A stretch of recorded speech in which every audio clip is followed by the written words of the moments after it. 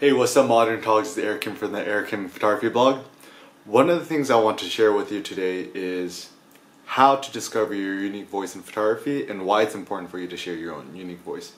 So,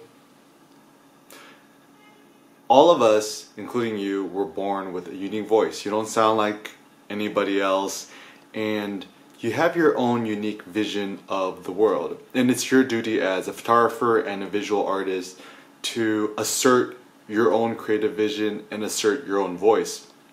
I think the problem in modern society is that there's so much pressure for us to conform and for us to fit in, and therefore we lose our own unique voice. We forget what it means to have an opinion. I think my personal critique on modern society is due to political correctness. You know, everyone needs a gold star, everyone needs to be nice, everyone needs to get along.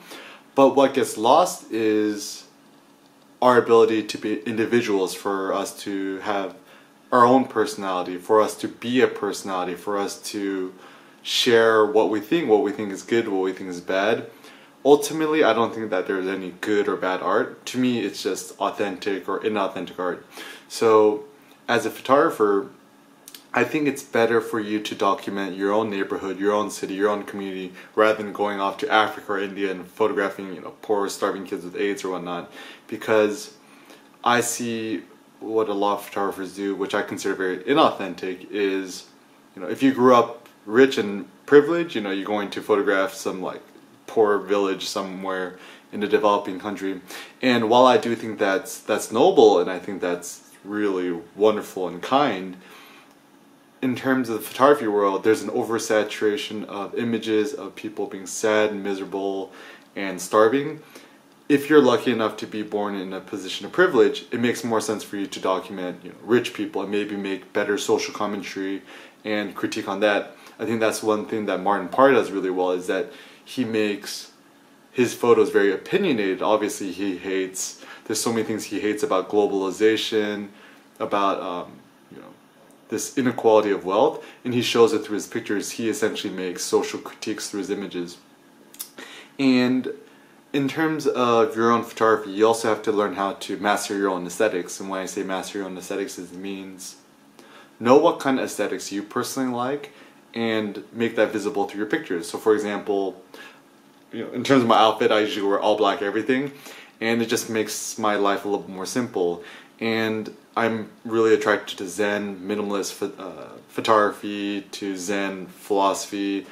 Kyoto is essentially my favorite place in the world, and it's about finding simplicity in my life to help me do more meaningful work in my life. So the less I worry about my outfit, the less I worry about living. And even in my photography, what I'm trying to do with my aesthetics is trying to keep it simple yet dynamic. I like images that are clean. To me, composition is very important, but at the same time, I don't want it to be about composition for composition's sake. I want my pictures to evoke emotions, soul, feelings. And to me, if a photograph doesn't resonate in the heartstrings of my viewer, the photograph's dead to me. And nowadays, I've been shooting a lot of color, and this is just my personality, is that I need extremes in order to stimulate me. I think that's why I drink so much coffee, is that as an extrovert, I think my perceptive neurons are actually quite weak, so I need to drink a lot of coffee, I need lots of stimulation. The reason I like to listen to heavy metal and hip-hop is that it just really gets me in the zone and pumps me up. Personally, I don't drink alcohol because I'm already always amped up. My issue is I don't like to feel tired, so alcohol as a depressant makes me sleepier. It just doesn't go well with me. Not to say that you shouldn't drink alcohol yourself, it's just knowing your own temperament, your own taste, and how your own body works.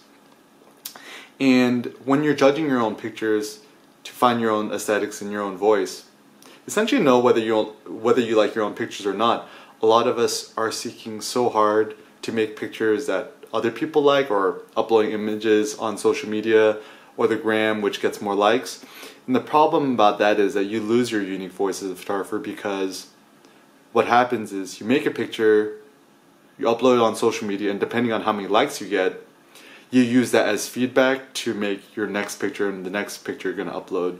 So essentially you're using a feedback loop or using feedback from your audience to make your pictures, not for you to actually listen to yourself, make pictures that you like and then share them. So I think actually the best social media strategy as a photographer would be for you to make all the pictures you like, don't listen to anyone's feedback on social media, and to upload pictures and to share them, and just not look at how many likes or shares or faves you get.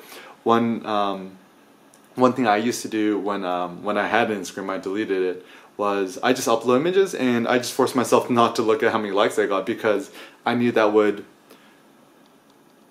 cause me to lose my unique voice. Because there's some pictures that I know that I personally really like, but there's pictures that people are like, the fuck, these photos are boring, I don't get it. And you don't want to water down your artistic vision. Imagine yourself like a nice lovely shot of espresso. You do not want to be an Americano. An Americano is when they add water to coffee, and that's, if you're a coffee snob like me, that's a no-no. So essentially you don't want to water down your vision. And also in terms of finding your own unique voice in photography, I think a lot of it is like kind of like taste with food. Do you know what kind of food do you like? Do you know what kind of music you like? Do you know what kind of clothing you like? And so I recommend for you to do today is, you know, on a piece of paper, on your phone, your iPad, on your laptop, whatever, just think about what makes you you. What kind of music do you like? What kind of culture you like? What kind of social milieu did you grow up in? What is your educational background? What did you study? And whether your viewer could see you in your own pictures. And ultimately, discovering your own unique voice is to be really uncompromisingly honest and brutal with yourself, and to just be honest and to be authentic, not to be fake. Don't let other people dictate whether you're real, authentic, or genuine, or real or fake or not. Essentially, it's, if you know you're real or you're genuine, just look at yourself in the mirror and you're like, do I feel comfortable with the person I'm looking in the mirror? Do I feel... And also just follow your gut. Is if you do something and you feel in your stomach like, ooh, I probably shouldn't have done that, that's probably a good thing. So stay true to yourself, stay true to your vision, don't water yourself down. And yeah, essentially these are some principles that I think it's good for you to be a modern photographer. And if you want to learn more practical strategies on how to market, brand yourself, and advertise yourself, and perhaps even monetize your photography, check out Modern Photographer at hapticindustries.com. I'll include a link below on Modern Photographer, and essentially it's a distilled book on how you could essentially survive and thrive in today's digital world as a photographer. Alright, thanks so much for watching, guys. And once again, think about what makes you you as a photographer. Peace out.